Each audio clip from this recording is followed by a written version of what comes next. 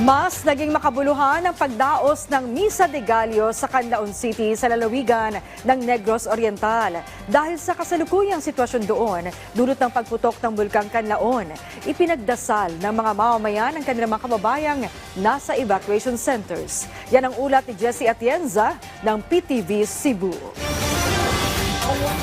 Hindi alintana ng mga dumagsa sa St. Joseph Parish ang lamig ng panahon.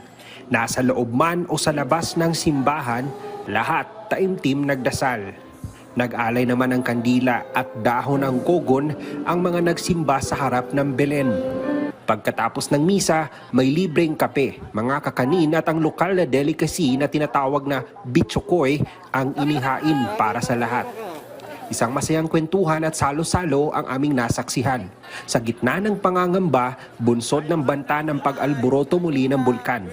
Espesyal para kay Joy ang kanyang panalangin ngayong Kapaskuhan para sa mga kababayan. Yung prayers na sana ipalayo tayo doon sa threat ng bulkan, sa pagputok ng bulkan at saka safety po ng lahat ng evacuees.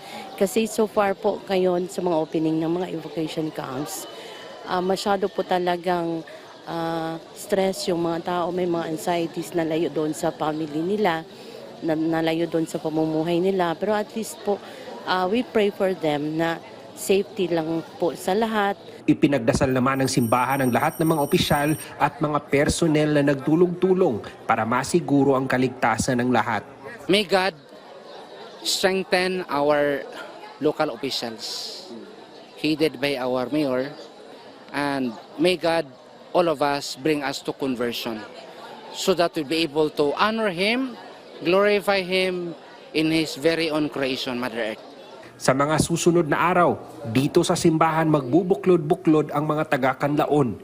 Patuloy na magdadasal para sa kaligtasan at lakas upang patuloy na harapin ang banta na dala ng Mount Canlaon. Mula sa Negros Oriental, Jessie Atienza para sa Pambansang TV sa Bagong Pilipinas.